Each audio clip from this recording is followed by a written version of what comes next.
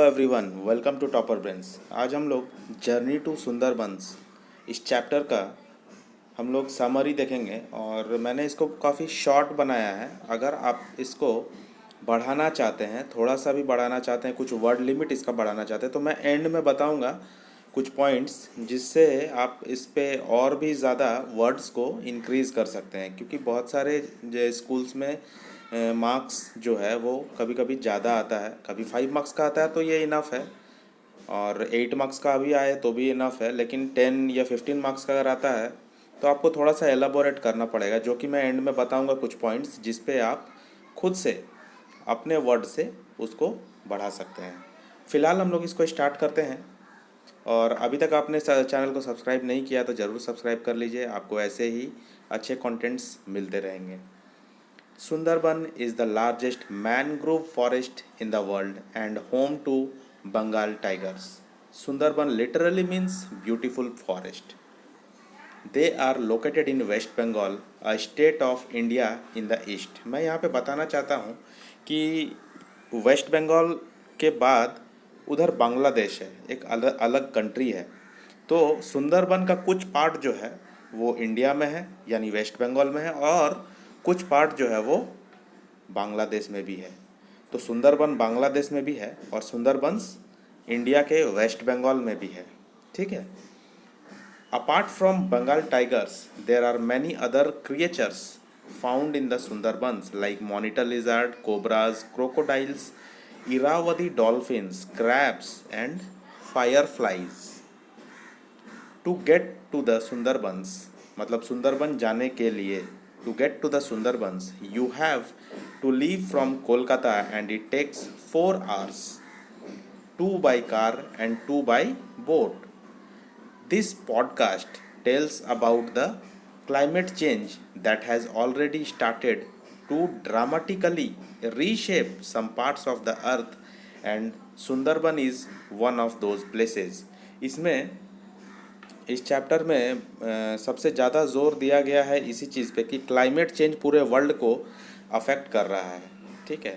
Climate change होने की वजह से सडन ड्रामेटिकली जो ये चेंज आया है वो बहुत तेज़ी से हमारे नेचर को नुकसान पहुंचा रहा है, और इसके लिए ह्यूमन एक्टिविटीज़ भी ज़िम्मेदार है। अगर आपको इस समरी में वर्ड लिमिट बढ़ाना है तो आप इसके बाद यहाँ से आप ये लिख सकते हैं कि ये जो क्लाइमेट चेंज आया है ये किसके वजह से हो रहा है। मोस्टली ये ह्यूमन एक्टिविटीज़ के वजह से हो रहा है, क्योंकि ह्यूमन जो है टेक्नोलॉजीज़ को यूज़ कर रहा है, फॉरेस्ट्स को कट डाउन कर रहा है कि नहीं। वो अपने फ़ायदे के लिए सब कुछ, लैंड को यूज़ कर रहा है। मतलब अब कल्टीवेटेड लैंड नहीं रह गया, फॉरेस्ट नहीं रह गया, तो फॉरेस्ट नहीं गया तो कितना अफेक्ट होता है, बारिश नहीं होता है टाइम पे, पॉल्यूशंस बढ़ते जाते हैं, सॉइल इरोजन होते जाता है। तो इस टाइप से टॉपिक आप इसमें ऐड कर सकते हैं। फिर उसके बाद आप ग्लोबल वार्मिंग और ग्रीन हाउस इफ़ेक्ट ये सब भी थोड़ा थोड़ा आप इसमें ऐड कर सकते हैं। ठीक है, ताकि वर्ड लिमिट आपका बढ़े। Due to climate change the whole wildlife is suffering and they are losing their habitats. Not only the tigers, other creatures are also coming at the verge of extinction. Extinction का मतलब होता है लुप्त हो जाना, गायब हो जाना। जैसे डायनासोर लुप्त हो चुका है धरती से, है ना। और वर्ज ऑफ एक्सटिंक्शन मतलब, वर्ज ऑफ एक्सटिंक्शन का मतलब होता है लुप्त होने के कगार पे है, मतलब अब कुछ ही बचा हुआ है, अब लुप्त हो जाएगा। जैसे वाइट टाइगर हो गया, है ना। अभी बंगाल टाइगर भी at the verge of extinction है, मतलब ये ख़त्म होते जा रहा है, मतलब धीरे धीरे ख़त्म होते जा रहा है, इसका प्रजाति बढ़ नहीं रहा है।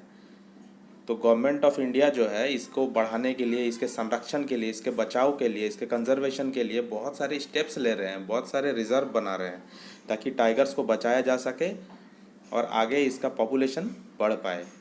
This is the reason the government of India had launched Project Tiger on 1st April 1973 to promote conservation of the tiger. Tiger के संरक्षण के लिए गवर्नमेंट ऑफ इंडिया ने टाइगर प्रोजेक्ट स्टार्ट किया था 1973 1 अप्रैल को। तो ये सब पॉइंट्स को आप एलाबोरेट और अच्छे से कर सकते हैं। ठीक है। Amitabh Ghosh in this book, in his book the hungry tide, Amitabh Ghosh का यहाँ पे जिक्र हुआ है, जो फेमस राइटर हैं। उनका बुक द हंग्री टाइड जो है उसके बारे में यहाँ बताया गया कि उस बुक में अमिताभ घोष ने क्या बताया है। Says that there is no prettiness left in Sundarbans to invite the stranger. उन्होंने इस बुक में कहा है कि सुंदरबन में वो सुंदरता अब बचा नहीं है कि हम कोई स्ट्रेंजर्स को, बाहर के लोगों को यहाँ को देखने के लिए, सुंदरबन घूमने के लिए बुला पाएँ। जो यहाँ पे पहले मनमोहकता था, यहाँ पे मनमोहक दृश्य होते थे यहाँ पे, वो अब कम होने लगे हैं। According to Amitabh Ghosh in his book hungry tide. और इस बारे में हमने चैप्टर में काफ़ी डिस्कशन किया है कि क्या क्या चेंजेस आ गए हैं, ठीक है, वहाँ पे। और सुंदरबन क्यों अमिताभ घोष को ऐसा लगता है कि हम लोगों को यहाँ नहीं बुला सकते, वो सारे पॉइंट्स आप डाल सकते हैं। जैसे कि it is home to man eating tigers and hungry tides according to Amitabh Ghosh. Amitabh Ghosh कहते हैं इस चैप्टर में, मतलब अपने बुक के थ्रू कहते हैं, हंग्री टाइड्स के थ्रू कहते हैं कि यहाँ पे जो टाइगर्स है वो बहुत ख़तरनाक है। वो गांव में चले जाते हैं, विलेज में चले जाते हैं और लोगों को खा जाते हैं। काफ़ी ऐसा न्यूज़ आया है, आप यूट्यूब पे भी सर्च करेंगे तो आपको पता चलेगा। सुंदरबन का जो अंदर का जो गांव इलाका है वहाँ पे लोग जो है वो सेफ़ नहीं है, क्योंकि वहाँ पे टाइगर्स अटैक करते हैं कभी भी, तो उन लोगों को बहुत अलर्ट रहना पड़ता है। तो इसके वजह से भी अमिताभ घोष ने कहा है कि ये जो जगह है ये मैन ईटिंग टाइगर्स का है, लोगों को खा जाता है, डेंजरस है। तो अभी वो मज़ा नहीं है जो पहले यहाँ घूमने में मज़ा था। उसके बाद यहाँ पे बोलते हैं हंग्री टाइड्स। वो जो टाइड्स आता है, लहर, टाइड्स का मतलब लहर जो उठता है, बहुत ख़तरनाक लहर, जानलेवा लहर जो उठता है समुद्र में, वो जो है कभी कभी गांव में घुस जाता है, फ्लड का टाइप का माहौल बन जाता है और लोगों को बहुत परेशान करता है, लोगों का जान जाता है, बहुत नुकसान होता है। तो इस वजह से अमिताभ घोष ने ऐसा कहा है कि लोगों को यहाँ बुलाने जैसा कुछ नहीं है। बट अभी भी लोग बहुत अच्छे से वहाँ पे जाते हैं, होटल में रुकते हैं, आराम से सुंदरबन को विज़िट करते हैं। वहाँ पे आपको गाइड मिलेगा, आप बोट के थ्रू वहाँ से जा सकते हैं, कोलकाता से, हावड़ा स्टेशन से, ठीक है। तो ऐसा अभी इतना भी खतरनाक नहीं है कि घूमना वहाँ पे बंद हो गया। वहाँ टूरिज़्म चालू है, अभी हम लोग जा सकते हैं कभी भी। आई होप कि आपको ऐसा मौका मिले कि समर वैकेशन के टाइम पे या कभी भी आप वहाँ पे जाएं अपने फैमिली के साथ सुंदरबंस में, और वहाँ पे आपको गाइड मिलता है, प्रोटेक्शन मिलता है, तो आप आराम से जाके वहाँ पे घूम के आ सकते हैं। ऐसा कुछ नहीं है कि वहाँ पे जाएंगे तो टाइगर से अटैक कर देंगे, ऐसा ये इतना ज़्यादा भी ये नहीं है। सेफ्टी का भी बहुत सारा वहाँ पे प्रबंध किया गया है। और इसको इलाबोरेट करने के लिए मैं बोलने वाला था, इलाबोरेट करने के लिए आप एक तो प्रोजेक्ट टाइगर के ऊपर कुछ लाइंस लिख सकते हैं, ऐड कर सकते हैं। और आप इसको ऐड कर सकते हैं इसमें। चैप्टर में हम लोगों ने बहुत सारे क्रिएचर्स, एनिमल्स के बारे में पढ़ा है, जैसे क्रैब्स के बारे में पढ़ा है ना, जैसे इरावदी डॉल्फिन के बारे में पढ़ा है, जैसे क्रोकोडाइल्स के बारे में पढ़ा है।